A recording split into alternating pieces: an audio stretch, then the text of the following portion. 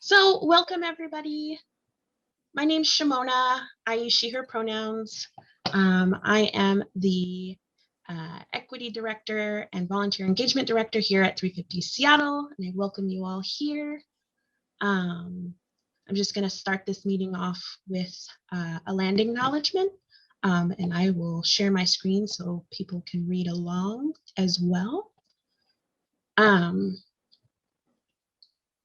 I like to read mine sometimes because I do get nervous. And so it's always good to have it written down so I stay on track as well. This is for this particular land acknowledgement, I got this from the US Department of Arts and Culture in their Honor Native Land Guide that they have that you can sign up and read through, and it has a lot of really great resources. And this land acknowledgement in particular that resonates with me as a biracial woman of color, considering how I myself and my ancestors came to this land. Both my mother is an immigrant from Mexico, and my father ancestors were enslaved and brought to this country. So this is how I sit with being on occupied land in the US, and I'll read it to y'all today. Every community owes its existence and vitality to generations from around the world who contributed their hopes, dreams, and energy to making the history that led to this moment. Some were brought here against their will. Some were drawn to leave their distant homes in hope of a better life. And some have lived on this land for more generations than can be counted. Truth and acknowledgement are critical to building mutual respect and connection across all barriers of heritage and difference. We begin this effort to acknowledge what has been buried by honoring the truth. I am on the ancestral lands of the Duwamish and Coast Salish people. For people occupying land in Seattle proper, we specifically name the Duwamish tribe to continue to bring to the fore the efforts for the Duwamish tribe to be federally recognized. And I will share in the chat some resources on how you can learn more about the Duwamish tribe and the fight that they are fighting still to be federally recognized, and ways you can contribute to that fight. We pay respects to their elders past and present, and I would like for us to take a moment to consider the many legacies and the current events of violence, displacement, migration, and settlement that bring us together here today.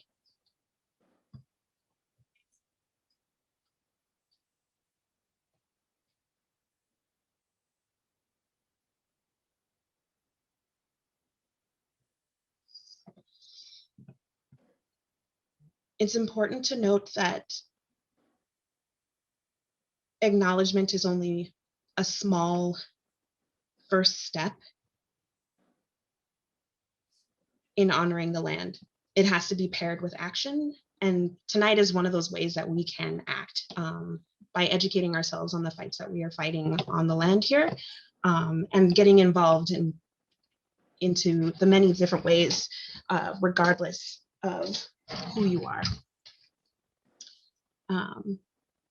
And I would love to, if I can find the chat button, I am going to try and stick this. It's always hidden when I share my screen. Some information that you can learn about what land, if you're calling in from outside of Seattle, you can learn where you are, where you can learn more about the territories in those places. You can get more resources on the different ways that you can take action in your area, and also just like ways that you can start building relationships with the land and the people who take care of the land. Thank you, everyone, for doing that. Oh, I guess I should hit enter. There's the chat. And here as well, I would love to put some more information for the Duwamish tribe, and potentially even learning a little bit more about a program that CARW started with Real Rent Duwamish. Well, Before we go on to the meat of the meeting, I would love to do some logistics. I just want to let everyone know that we are going to be recording this meeting. If you do not wish to have your face recorded, please feel free to turn off your video or rename yourself. And if you have a question on how to do that, please put it in the chat and I will be happy to walk you through how to do that. I ask that all of everyone stay on mute when speakers are speaking. It can get a little distracting if you have your cat or meowing or your dog barking in the background, kids asking you questions. You're welcome to watch, but just stay on mute while they're doing it. But feel free to use the chat. Feel free to, drop a ++ in the chat. That is one way that people show like appreciation or resonance. And if you have questions, we will try to answer them as we go. And we are going to make space for asking questions at the end of this presentation. But also I would like for you to keep mindful of like how often you use the chat, because it can get distracting if you're constantly responding to everything that everyone is saying, and we don't want to distract some of our speakers as they're going through their presentation. And we also want to make sure that we're staying relevant to the topic here. Oops, wrong, where did I go? Okay. I also want to let everyone know that closed captioning is available. If you look at the bottom of your little panel here, you'll be able to see a CC closed caption. If you select that, actually, is the closed captioning not working, y'all? I will problem solve that because I can't seem to see it actually. So it looks like closed captioning is not working right now. My apologies. I will problem solve that as we go. With that, we will be following up with some resources and this recording and the chat transcript, hopefully by Friday Eve, if not by Monday morning. And that is all I have for logistics. And if you have questions, feel free. I'll be kind of facilitating in the background, doing some tech support, and feel free to private message me if you have a question or any concerns. So I would love to introduce the speakers for this evening. We have a really great team here tonight to talk to us about the Salish, I'm totally spaced on what your team's called. I'm so sorry. Cruise control, cruise-free Salish Sea. And tonight we have with us Tom Barnard, and he is a longtime Puget Sound resident, progressive activist and writer, one of the founders of Seattle Cruise Control, and currently active in the Seattle chapter of the Democratic Socialists of America, and actually worked as a policy analyst for the Port of Seattle for several years. Thank you, Tom, for being here with us. We also have longtime Seattle resident Elizabeth Burton. She is a climate activist and PhD mathematician, and is a founding member of Seattle Cruise Control and is active with the Global Cruise Activist Network, People for Climate Action Seattle, and 2 interfaith climate action groups. Thank you so much, Elizabeth, for making time to be here with us. It's busy. We also have here with us tonight, I don't know if you can see the little I Spy in your video, Delphine. And I am so excited to have her here tonight. Delphine is an environmentalist, has been an environmentalist all her life. She's been with 350 forever, no, at least 5 years.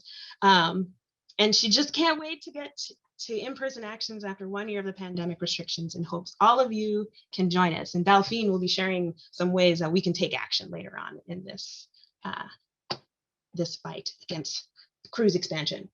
And of course, last but certainly not least, is Stacy Oakes, the co-lead of 350 Seattle's Maritime Solutions team, and is so grateful to have you here. And with that, I'm going to stop my screen share and pull up my other slides and hand it over to Tom to start us off on our presentation tonight. Hi, folks, and thanks for that introduction. So I appreciate the opportunity for 350.org to allow us to sort of explain what's going on with the cruise industry, what's going on with us, and how you can become active in this struggle. So if I could go to the next slide, please. So the cruise industry in Seattle is quite a big business, and it's sort of ironic because many people barely know that it's there. It's like the ships come in, people are sort of awed by the size of the ships. They don't really think about what it means, but we actually have over 200 ship calls that happen during the cruise season usually between April and September. It's been somewhat truncated this year. And we're talking over 550,000 cruise ship passengers. So this is a big deal. If you look at the map, you can see the 2 cruise terminals that are in existence. We have Terminal 91, which has 2 cruise berths. And then over right in the middle of downtown, we have Pier 66, which is right smack dab next to Anthony's home port. And it was the original cruise terminal. If you look below that, you will see a proposed cruise terminal at Terminal 46, but that is at least temporarily, well, let's say it's temporarily on hold because frankly, it's not, the pandemic pretty much knocked the stuffings out of that plan as the cruise industry went through a pretty significant decline. Next slide, please. So if you look at this is basically the routes, the normal routes. So normally ships leave Seattle, they go up through Victoria, they stop Vancouver, and then they go to Alaska. Now, of course, Canada has stopped allowing cruise ships through until 2022. So right now what has happened is that the ships directly depart Seattle and then go right up to Alaska. But that will change back to the normal circulation route in 2022. Next slide, please. So the cruise industry itself is a really, it's hard to characterize how messed up these people really are. First of all, the cruise industry uses what's called flags of convenience. And that means that if you look at a cruise ship, often rather than having a US flag or anything like that, it'll have a flag from, say, Panama or Bahamas or some other really small, unimportant country, at least unimportant in the sense that the cruise industry thinks it's unimportant. The reason that they do this is that it's a great, great way to avoid paying taxes. Is usually the home countries do not subject the cruise industry to any sort of labor law, environmental laws, or safety laws. And, it exploits, frankly, foreign workers that work on cruise ships. And most of the people on cruise ships that work there are not, they are from developing countries, and they are desperate for jobs, and they exploit these people. The idea that cruise workers will get on deck and see the sun even is often they're kept below decks and just worked to death. The oversight of this industry, to the sense there is an oversight of this industry, is by an international group called the International Maritime Organization. And this is a shipping industry captured organization. It is not in any way an objective governmental organization. And just to give you an example of that, the shipping emissions from not only cruise, but cargo, which are considerable because these ships use something called bunker fuel, which we'll talk about a little bit later. They're not even included in the Paris Accords. They're not even tracked. There's no tracking, there's no targets. It's just amazing. Okay, next slide, please. So the cruise industry was brought to Seattle basically in the 1990s. The agreement between the cruise industry and the Port of Seattle is governed by a memorandum of understanding, and it is basically a pretty sweetheart relationship because the port really, really, really likes the cruise industry. The concept is that there is the sky's the limit in terms of expanding cruise. And indeed, that was partly the understanding for why they were planning a new cruise terminal at T46 until the pandemic upended that. The Port of Seattle has a tendency to overstate economic and job benefits. And this is important when you consider that most of the job benefits are not, this is the service industry, okay? So Uber drivers, hotel staff, it's not exactly, high wage benefits. And it has a tendency to ignore or downplay or greenwash the impacts of the cruise operations in Seattle and elsewhere. And then adding to all that is the question of how do cruise passengers actually arrive and depart from here? So in addition to whatever emissions the cruise industry emits, we have the fact that over 500,000 of the cruise passengers actually flew here and back. They come in through SeaTac Airport and they leave through SeaTac Airport. And so you can imagine what that does, adding to the air emissions from SeaTac Airport itself. So at this point, I am going to go ahead and turn it over to my colleague, Elizabeth, who will take us through the next few slides. And thanks a lot. Okay, this was actually the last slide for, hi everyone. So this was actually the last slide for Tom. So Tom just mentioned, oops, okay, there we go. So Tom just mentioned that over 80 to 90% of cruise passengers arrive here by air. Okay, so we're about to take you on a quick tour of all the different ways that cruise harms our planet and life on it. So I'll be saying more about each of these points in the coming slides. Cruise ships burn a very dirty fuel, which in addition to being bad for the climate, is bad for human health, particulate matters and gases that are toxic to inhale. Tom already mentioned a little bit about worker exploitation. They have a very negative effect on marine life and the whole marine environment. In addition to dumping all sorts of toxic things into the waters, there's also the noise pollution that they make. And they actually, there's lots of pictures of cruise ships slamming into large mammals in the ocean. Two things that are, so don't leave yet. Two things that are not on this slide, there's a couple other things that I want to mention. A well-known harmful effect of cruise ships is their propensity for spreading viral illness. So as I'm sure most of you are aware, COVID-19 was transmitted all over the world thanks to cruise ships. And even before COVID-19, people who paid attention to the industry knew that there were frequent outbreaks of gastrointestinal illnesses on cruise ships. And one thing also that's not known is,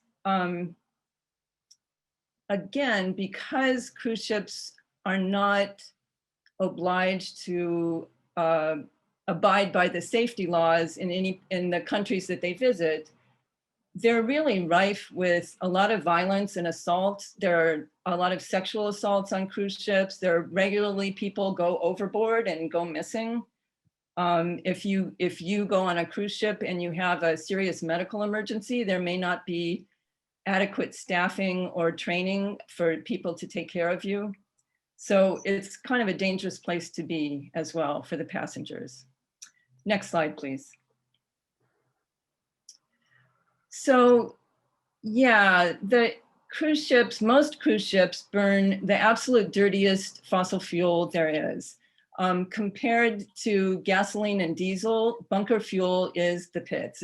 It's literally the bottom of the barrel. It's kind of like burning asphalt. When you burn it, particles that are not completely combusted go spewing everywhere, kind of like burning tires. So this has bad effects on human health, people who inhale the exhaust on all these places, coastline communities, the destinations. Probably the people impacted most are the workers on the cruise ships who are there all season. And the passengers, the good news for the passengers is they're only on it for a week or so.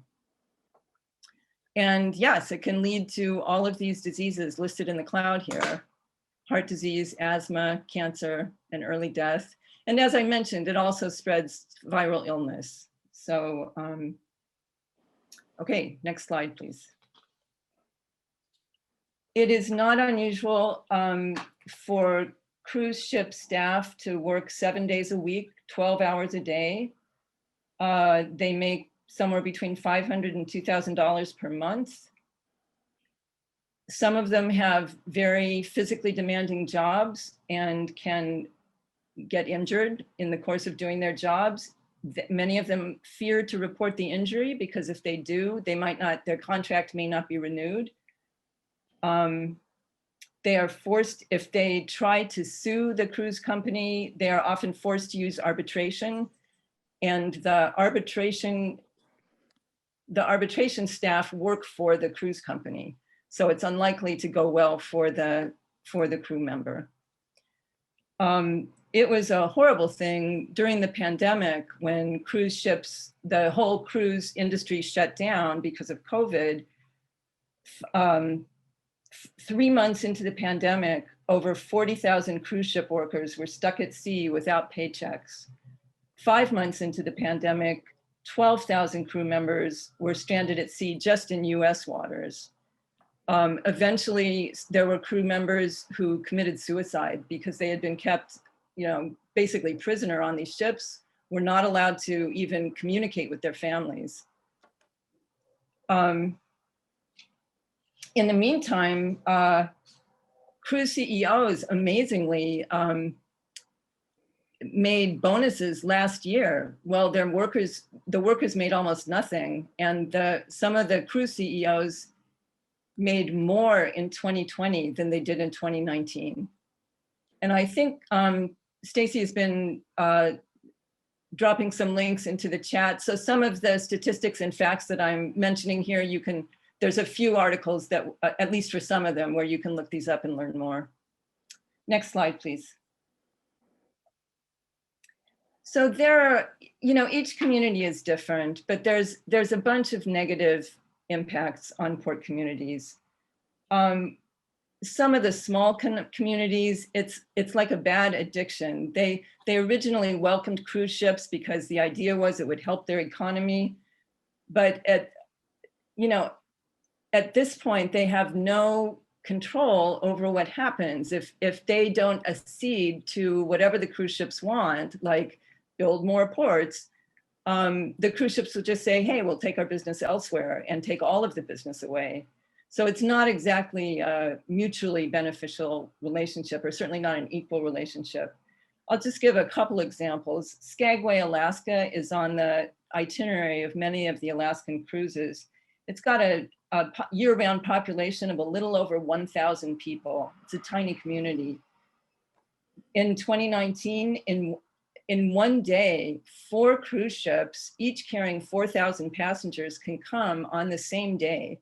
So this town with 1,000 people in it gets inundated with 16,000 tourists.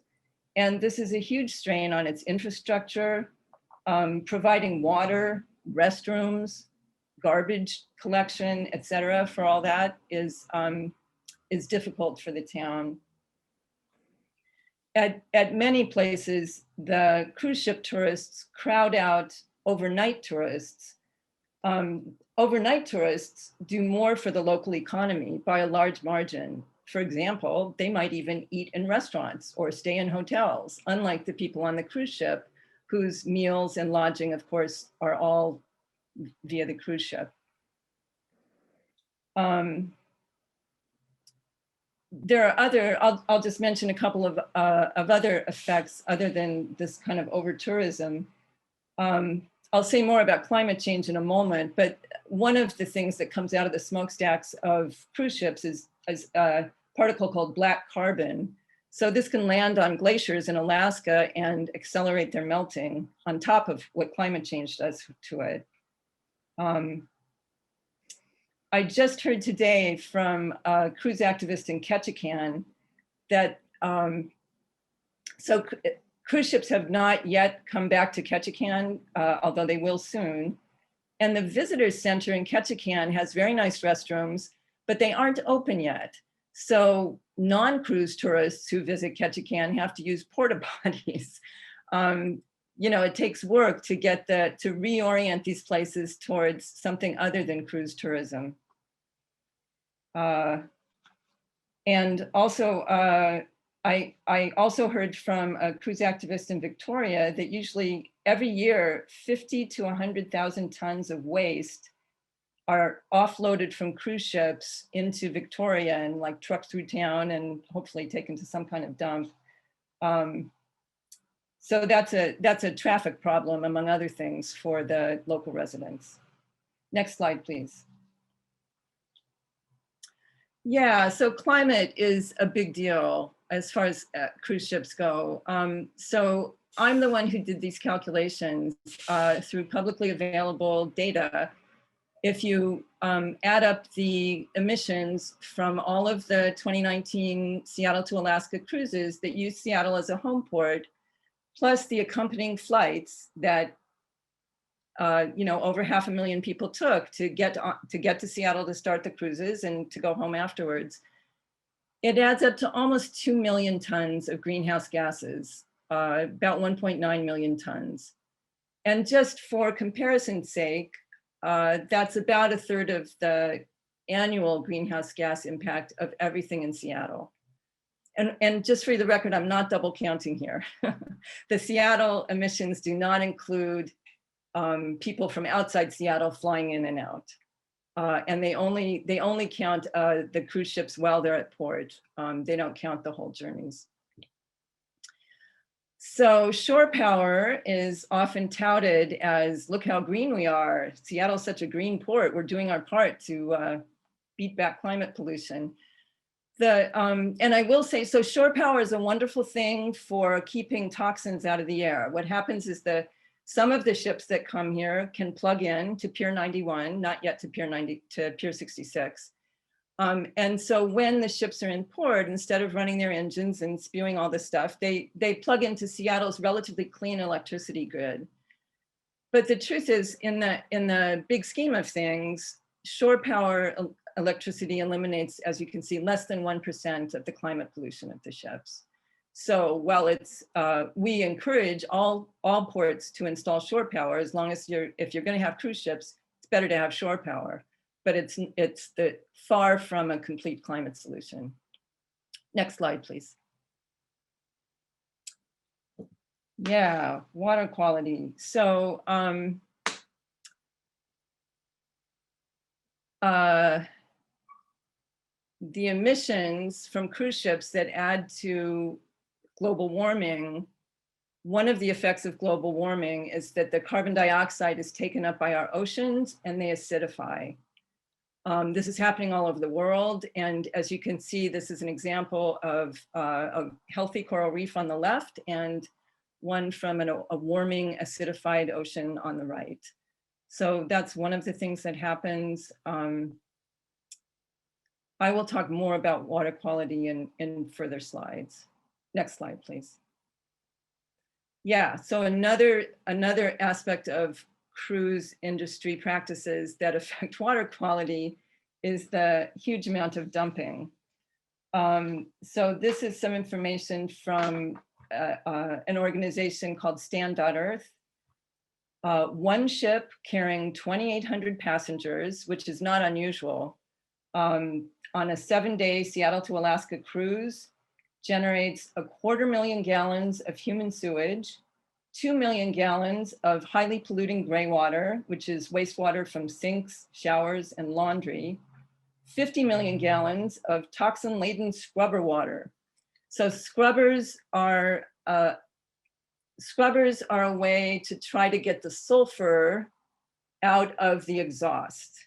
Instead of burning cleaner fuels to pollute the air less, most cruise ships installed a technique called scrubbers, which spray millions of gallons of seawater into the smokestacks. And so the toxins, instead of going to the air, get dumped into the water. So that's what scrubber water is, and it warms and acidifies the ocean. In addition, 8 tons of garbage, 24,000 gallons of oily bilge water, and 125 gallons of hazardous waste. So in Seattle, we do have some agreements in place so that these things are not dumped directly in Puget Sound. That's a good thing. Before those agreements were in place, for example, before 2008, raw sewage could be dumped in Puget Sound, but no more. However, Canada does not yet have strong laws in place. So as soon as the ships, they hold on to it, and as soon as they get to Canada, a lot of bad things go into the water. And if you are an Orca, you don't just stop at the Canadian border. So the oceans are, problems in Canadian waters affect us as well. Next slide, please. Yeah, so I mentioned before, as you know, our orcas are not doing well. This is a picture of Taliqua, who carried her calf for many days, her dead calf for many days. I've mentioned the ship noise makes it difficult for the orcas to find food. There are ship strikes, and of course, all the garbage and toxins in the water don't help the orcas as well. Next slide, please. All right, so Stacy, I think it's on to you. Delphine, actually. Yeah, thank you, though. That was great from both you and Tom.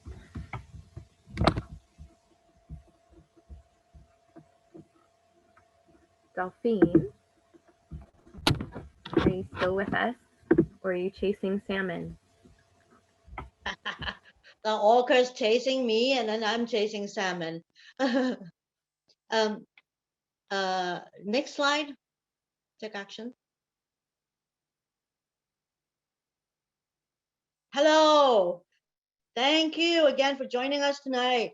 My name is Delphine, but humans call me Dolphin.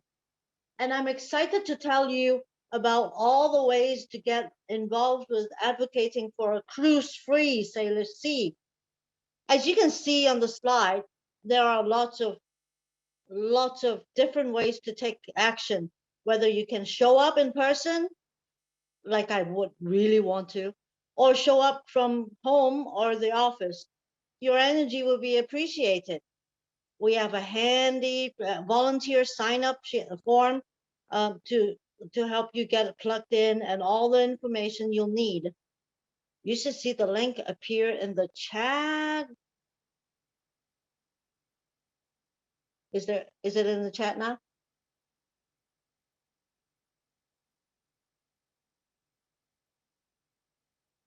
Thank you.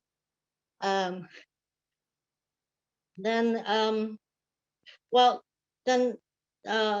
look closer at each of these opportunities that you can join us. Next slide, please. All right, Monday, July 19th at Smith Cove Park, next to Pier 91, there's where the first Seattle cruise ship will be boarding. There will be a press conference followed by a group photo with all the ships in the background. We need some amazing volunteers like yourselves to show up and help by doing things like holding banners, passing out flyers, looking good in the photo, group photo, or joining a kayak contingent on the water. The bulk of this event is from 1 to 2 p.m. So please fill out the volunteer form if you can. Yeah, come and have fun and help out. Next slide, please. That same week, Friday, July 23rd, please plan to join us for a big cruise-free Sailor's Sea rally at Pier 66 from 1 to 3 p.m. This location on the downtown waterfront offers us lots of visibility from passerbys, as well as a chance to interact with passengers as they wait in line to enter the ship, to board the ship. We will not be shaming passengers, just educating folks about realities of massive cruise ships. We have lots of banners and signs that need to be held, lovely dolphin costumes to wear, flyers to hand out, roles to fill like photographers and peacekeepers, and fun theatrical elements. We will also need to help amplify the photos and videos of the rally on social media, as well as folks sharing the Facebook event with friends now. Links will be in the chat. Links will be in the chat. Please fill out the volunteer form so we can make this rally amazing. It will be amazing. I can't wait to get there. I can't wait to get a cruise-free sailor seat so I can have fun. Next slide, please. And Stacy, going back to you. Thanks, Delphine. Excellent. The Port of Seattle has commission meetings on the second and fourth Tuesday of each month at noon. And there's always an opportunity to give a 2 to 3 minute public comment. And we're trying to get a lot of people attending the meeting virtually on July 27th, the first meeting after the cruise sailings begin. You don't need to be an expert, just speak from the heart about why it's important to you that we have a cruise-free Salish Sea. The more personal, the better. You know, we reach people through storytelling, a lot of times not verse statistics. You know, the port commissioners have some of these statistics, but come just share your story of why this is important, and that can be extremely impactful. And we really need to hear a lot of different types of voices voicing a lot of different types of concerns too. You know, it's not just kind of an environmental issue. Again, we heard about so many different issues. So just come and talk about the one that's important to you. On the days with lots of speakers, sometimes it could take about 45 to 90 minutes total of being on and waiting for your turn and getting to talk. So I like to multitask while I'm waiting, do the dishes or something. There's going to be a link in the chat in a moment with a few talking points and instructions on how to sign up. And then another helpful way to make your voice heard is to personalize an email to the port staff and commissioners. Also about to be in the chat is a handy link. So please share the link broadly so we can make sure the port's paying attention. And again, if you can personalize that a little bit, the better. If you can't, awesome. We still appreciate sending it in. We also have a cruise-free Salish Sea toolkit. So that's going to have some graphics and memes and photos, hashtags to use, sample posts to make it easy if you want to support in order to be able to share stuff out. Next slide, please. I'll drop this stuff in the chat for this and the next one. Excellent. So come get more involved. So along with coming to the awesome events that Delphine told us about, we could also use help with a few art builds. You just fill out that same volunteer form with your interest in RSVP to get the location and time details. It's a lot of fun. It's outdoor, and you get to chat with people while painting. And again, you don't need any special training or anything. It's kind of filling in the lines. Usually you're cutting something. So very accessible. You can also note on the form if you're interested in starting to join Seattle Cruise Control's monthly work team meetings. And Seattle Cruise Control is on Facebook and Twitter, and would love to have more followers, along with specifically following cruise. A lot of times there's a little bit of info about shipping in general and maritime issues. Yeah, so thank you guys all so much. And we hope that each of you can find a way to dive in and help us get the Port of Seattle to start to envision a cruise-free Salish Sea. You know, we know it can't be gone necessarily tomorrow, right? Even if even if climate kind of tells us that we should. But the first step is kind of admitting that we have a problem and then starting to figure out a solution. And right now the port's not even at that admitting we have a problem stage. And so that's where everybody can help, right? Is we need to get to that at least point of saying, yeah, we need to transition.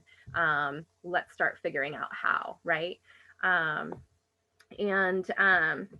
think we're going to be doing Q&A. It looks like we're doing really good on time. So we have plenty of time to do Q&A, and we can go ahead and stop sharing slides.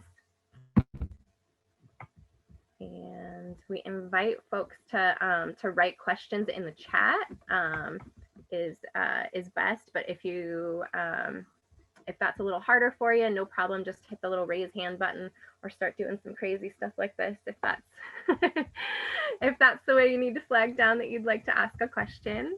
And any of us on the panel, and there's also some other cruise control members on, will be able to kind of take any questions and thoughts. Yeah.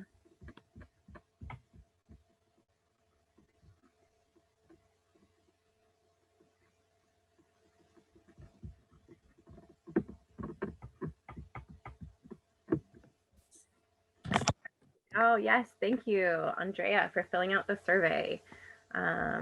Yes. I don't have that link right in front of me, but if somebody does, there's a survey for the port. I'll see if I can find it before we're done if somebody else doesn't have it.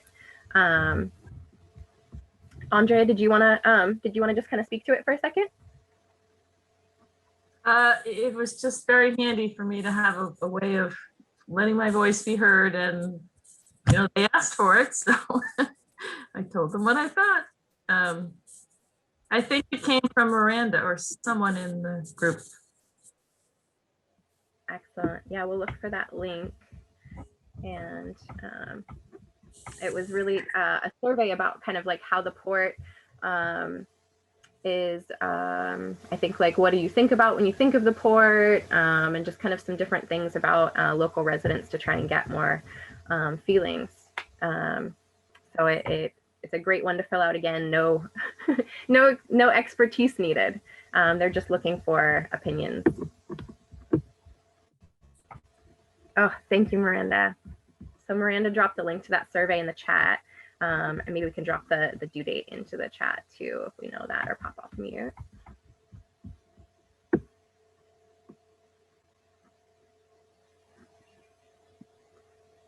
Oh, it's my understanding that the due date for the port survey is the 15th, but I understand we have a port commissioner on the call who might be able to confirm that.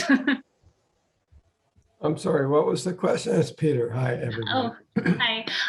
The Port of Seattle survey for how seaports can address the climate crisis via the Northwest Ports Clean Air Strategy.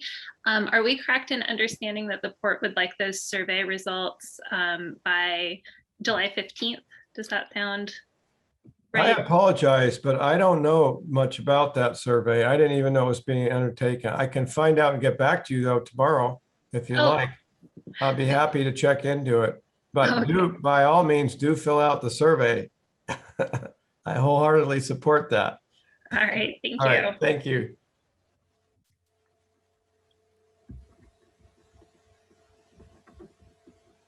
Let's see, and we had a question about kayaktivism training. So yeah, on the 19th, there'll be a kayak contingent that'll be out for a group photo. And I believe there's not a training happening. And so I think that's just for folks that are already confident in their kayak water skills. But if that's you, please fill out the volunteer form. I'm not sure if there's boats to borrow, but you can fill out the form, and then that way if there is, but definitely just looking for folks that are already confident out in the water for that day.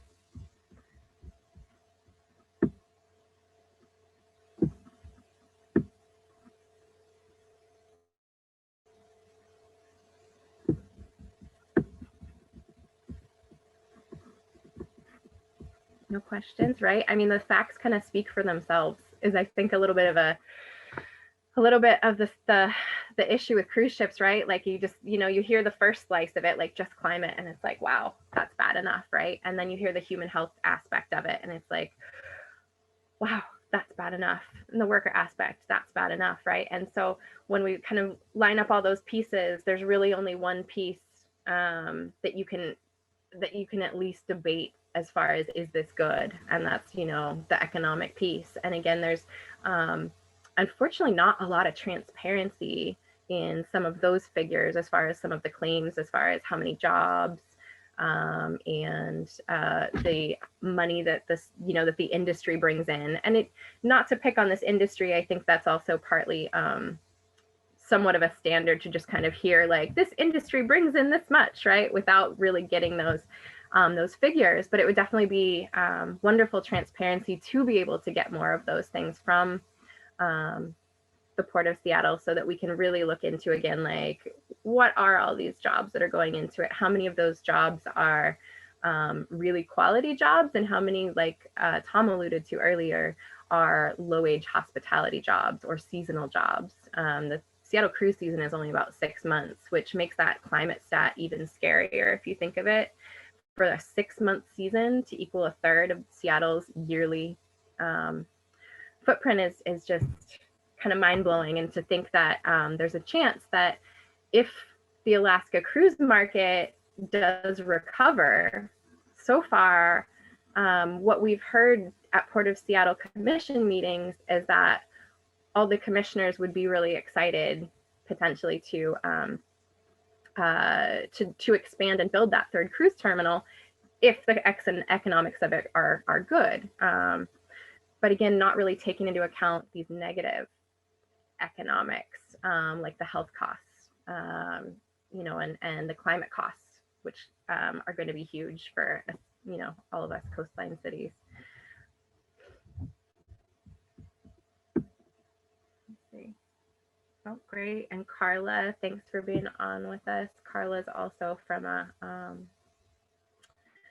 cruise destination town up in Alaska. Oh, perfect. And Laura says the survey only takes 5 minutes. So if that's not an even better reason to do it, that it's nice and short. That's great. Let's see. And Miranda dropped into the chat the Port of Seattle page with links to the Northwest Ports Cleaner Strategy Survey. And that's links in multiple languages.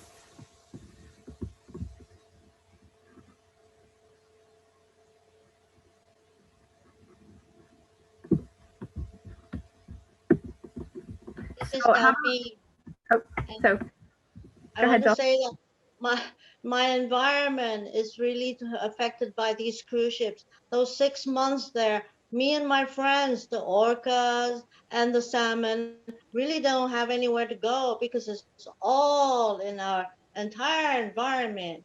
So, and I thought the cruise ships were very noisy. At first, I thought it was the tinnitus in my ear, but actually it was the cruise ship noise. So that's the least thing. So please help us. Please help us. Come to our rallies. Please help us. How about we see, like, by either like popping up your little button for a hand or one of the other icons, if you intend to fill out that volunteer form to jump in some way, to either come to one of the events or share out our links, or testify at a port commission meeting or come to our art builds. I'm seeing lots of little happy emojis. Loving this, y'all. I think Delphine and Seattle Cruise Control and 350 Seattle all appreciate all of this enthusiasm. And it's just, again, you know, as soon as you really look at or listen to what's going on with cruise ships, it's kind of hard not to decide to get involved, right? I think we have a couple questions, Stacy. Excellent. Jim and Camille. Oh, raise hands. Oh, I'm like scrolling through the chat. Excellent. Camille, did you want to go ahead and go first? Oh, no, I didn't have a question. Sorry, I was just raising my hand that I plan to take action. That's all. Perfect. Thank you. Was that you too, Jim, or did you have a question? That was you too. Awesome. Appreciate it. So yes, and if for some reason you have a hard time saving the chat, I think Shimona said that there's going to be a follow-up email. So we'll put like all of these awesome links in that email for you, so you can have that stuff.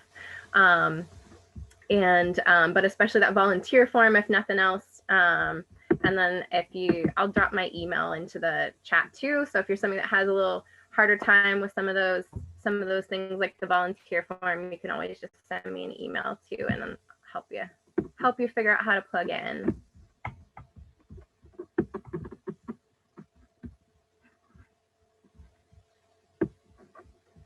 Oh, and Delphine, we have a bravo for you.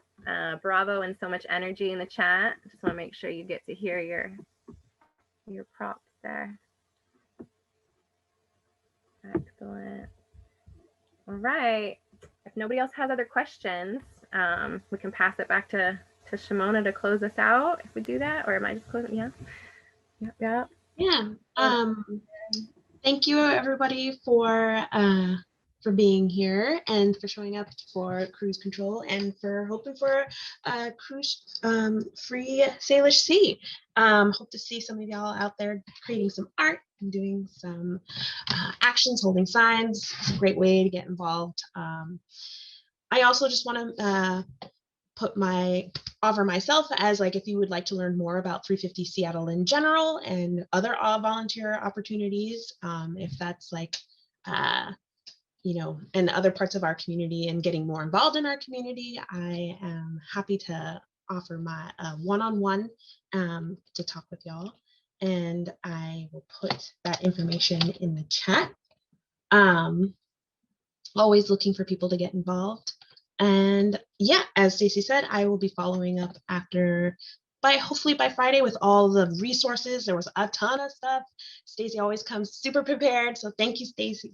Thank you, Stacey, for having all that ready for us. And I'll make sure it gets into all of your hands.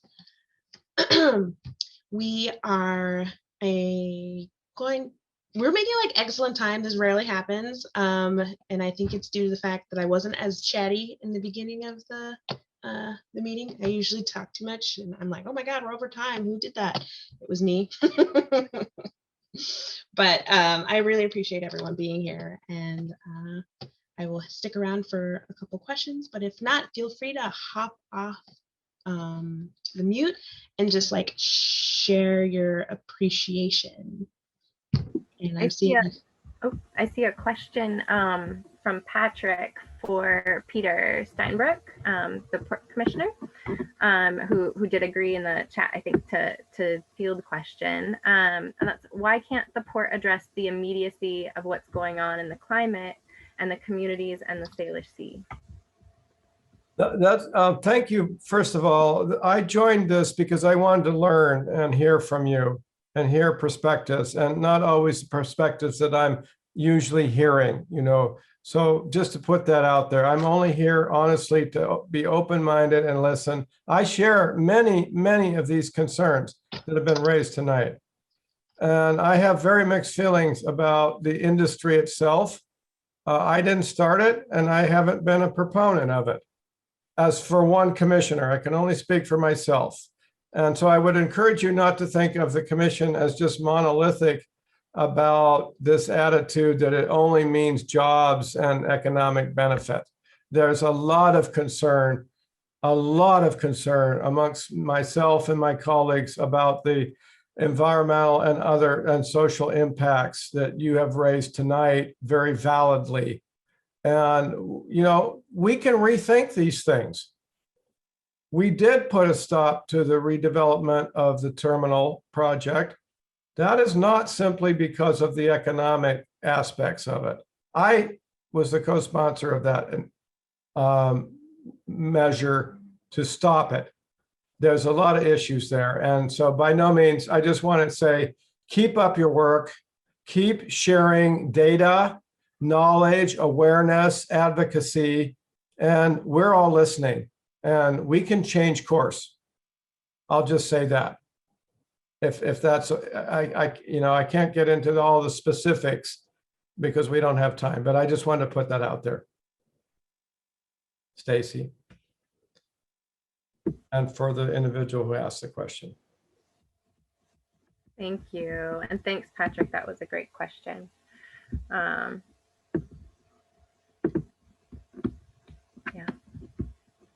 Excellent. We're seeing some gratitude for hosts and speakers and informative session and lots of thank yous. So thank you all again. Stacey, Miranda has her hand up. Oh, thank you. Sorry, I think my chat box is hiding some people. Go ahead, Miranda. Yes, I wanted to take advantage of Commissioner Steinbrook's offer to field questions. And I'm curious to know, we're aware that the Port of Seattle is somewhat on the seaport side is financially dependent on cruise business, and that it was a financial challenge during the pandemic. So what is the port doing to diversify business? Yeah. Like, what else are you pursuing? Miranda, I love that question, and I'll tell you why. We're not solely dependent on the cruise revenues, and that's been touted, of course, institutionally for a long time. That was there before me, and it continues. I think we have to move the port to a clean energy free port and invest in new technologies and innovation. I think that's where the future is. I can only speak for myself, but I think you're absolutely right in raising the question. We could find new ways to, new revenues sources that are clean energy and non-polluting. And that's where I think the direction needs to go with the port. And I will be promoting that in the budget this year and in the long term, as invest in new technologies, clean technologies, green jobs, and environmental justice initiatives also, that we have some making up to do there. Great question. Thank you. And I guess, so it sounded like that you like the idea of doing those things, but I didn't hear any, like, these are the ones we're doing now. So is that correct? Like, not really other initiatives in the works at the moment? Well, Commissioner Calkins is pushing wave generation and wind power. We're looking at municipal solid waste. I happen to think that municipal solid waste is a huge issue, not just Seattle, King County, regionally, metro area, and is incredibly polluting and carbon emitting. And I think we've got to figure out a way to stop that waste stream and convert it to biofuels. And I'm not saying necessarily aviation fuel that fuels the growth of aviation, but biofuels in general, biodiesel, biofuels. Stop putting all that stuff out. And this can be both human waste and municipal waste. That's a steady stream of content that is going into landfills and mostly untreated into the Salish Sea. That has to stop. We know that. And so I see that as opportunity, and the port can be a partner there. I'm optimistic, cautiously, and hopeful, and maybe a little idealistic about it as well. But I think there are opportunities, and we need your support and advocacy. I don't mean support, I mean advocacy as to new directions for the port to go, to be a sustainable public agency in the clean fuels future and transitioning to clean fuels.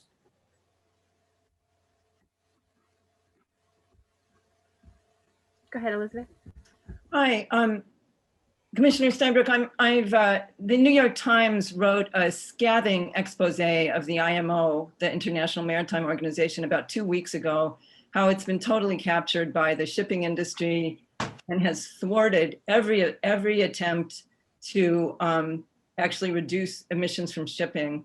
Cargo and cruise shipping worldwide, if they were a country, they would be the 6th most polluting country as far as the climate goes.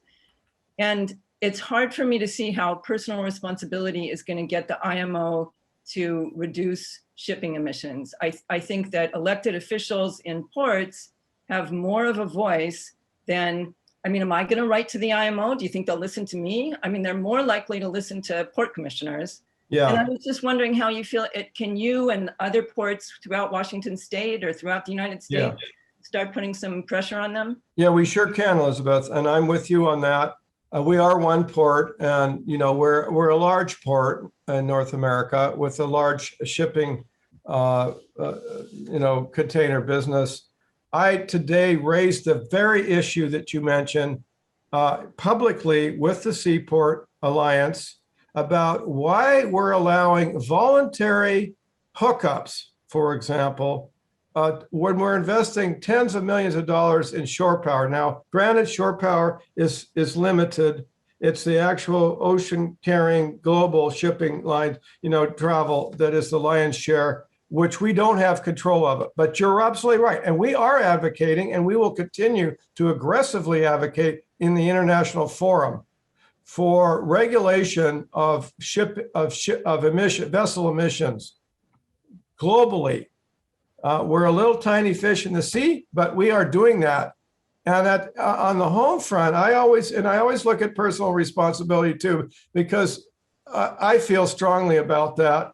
We are creating the demand for all these consumer goods that end up in the waste fills eventually. You know, consumer products, cheap products that are just after a few years are dumped into the garbage. And that's what's filling the ships that are coming. 80% of the ships, however, are going to the Midwest outside of our metro area, as you know. But yes, your point is well taken. Let's start with mandatory shore power requirements, which we do not have, nor does Canada. Only California does on the West Coast right now. That's a starting point. We're investing tens of millions in shore power infrastructure right now. That's the effort. The Northwest Clean Air Organization, which includes Canada, has not agreed to mandatory electric power. At least it's a starting point. But you're absolutely right. Your point is well taken. I take no exception whatsoever to your point. Okay. Thank you. Mm-hmm. Excellent. Thank you so much. And there was a comment in the chat for you while you were talking, Peter, from Eric, who has some creative ideas about transitioning the port and would love to try and schedule a time to meet sometime. Yeah, I will commit to that. This is my passion, is transitioning the port. Finding a way to keep it economically viable as a public entity, which we were chartered for in the first place, and transitioning. That's what we need to do, no question. And I welcome any and all ideas. So I will definitely follow up with Eric on that. Thank you. It's 8:06. Just want to be respectful of everybody's time. Was there any last question before we go ahead and hit save chat and then call it a night? I have one last question. Go ahead, Miranda.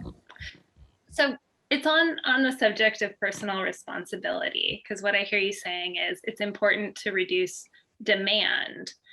And what I find interesting about that statement is that the port enabling statutes in Washington state mandate economic growth.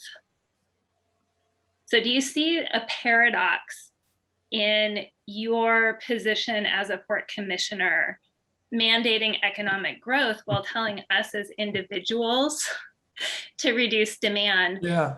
It seems to me that maybe the Port of Seattle could champion changing the port district enabling statutes to kind of correct this paradox. Well, we could change our statute, you're right, at the state level. I do believe in economic development and jobs, and I believe strongly in rebuilding middle income jobs. I will be clear about that. And I think the port, for one, is the one entity that is best positioned to do that. But we could do it in ways that transition us to green jobs and clean energy.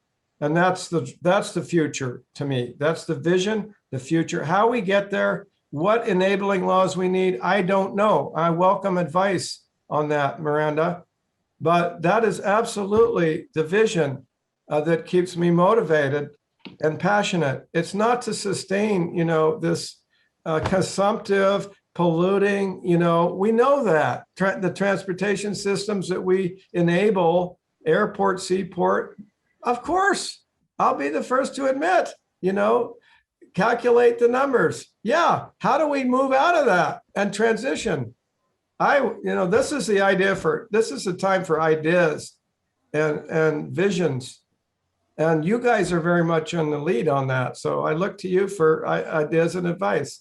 And we can take them up, we're only 5 of us, Well, we'll be in touch about the Okay. enabling statutes for I sure. promise you. Okay. All right, awesome. Thank you so much, everybody. Thanks to our presenters. Thank you to Shimona. Thank you for everybody that helped field questions, and everybody that put their emoji and is going to be filling out that form later, so that I have lots of responses to go through tomorrow. Yeah, just big hugs to everybody for showing up and wanting to help move us towards a cruise-free sailor sea. And if anybody doesn't know how to save their chat but wanted to try, down on the bottom where you, or wherever your 3 little dots are for more, if you click on that, then, oops, wrong spot. I thought I knew. If you open the chat and click on the 3 little dots, then a thing will pop up that says save chat, and it'll save it to your computer. And then if you go and look through your downloads later, the chat will be there. And a big thank you to Stacy for all that you do. Yes, thank you, Stacy. Oh, thanks, y'all.